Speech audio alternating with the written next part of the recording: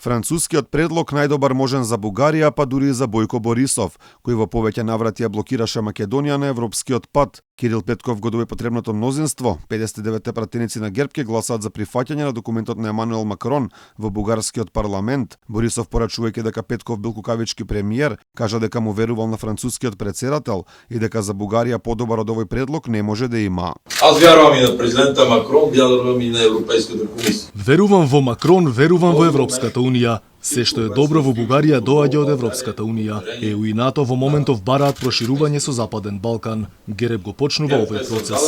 Петков ќе оди во Советот на Европската унија и ќе каже дека некој му пречи. Петков ќе се крие и ќе се плаши додека ГЕРБ не ја заврши работата.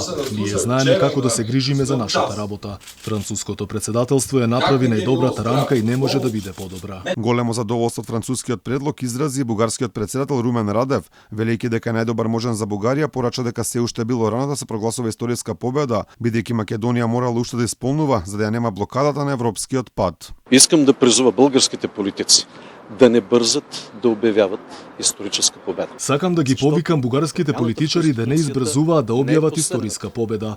Треба да биде јасно дека овој процес е заснова на два важни документи. Првиот е преговарачката рамка која е обврска да ја подготвува Европската унија. Вториот е билатералниот протокол кој е наша заложба и е составен дел на преговарачката рамка. Бојко Борисов за прифаќањето на францускиот предлог доби благодарност од еврокомесарот за проширување Оливер Вархеи. Му благодариме на лидерот на опозицијската ГЕРБ Бојко Борисов за историската одлука за Европа и за Македонија да прифати преговори базирани на францускиот предлог, дозволувајќи да се отворат пристапните преговори со Македонија. Очекуваме владата да ги достави неопходните предлози до парламентот денеска, за да може Европа да оди напред. Со почеток во 15 часот денеска францускиот предлог ќе биде пред Комисијата за надворешна политика во бугарскиот парламент, пошто ќе оди на разгледување кај Националниот совет, со кој председава Румен Радев, а на крајот треба да биде изгласени од сите пратеници во собранието. ГЕРБ Петков побара и владата првично го кажа својот став околу францускиот предлог, што беше одбиен од кабинетот на бугарскиот премиер.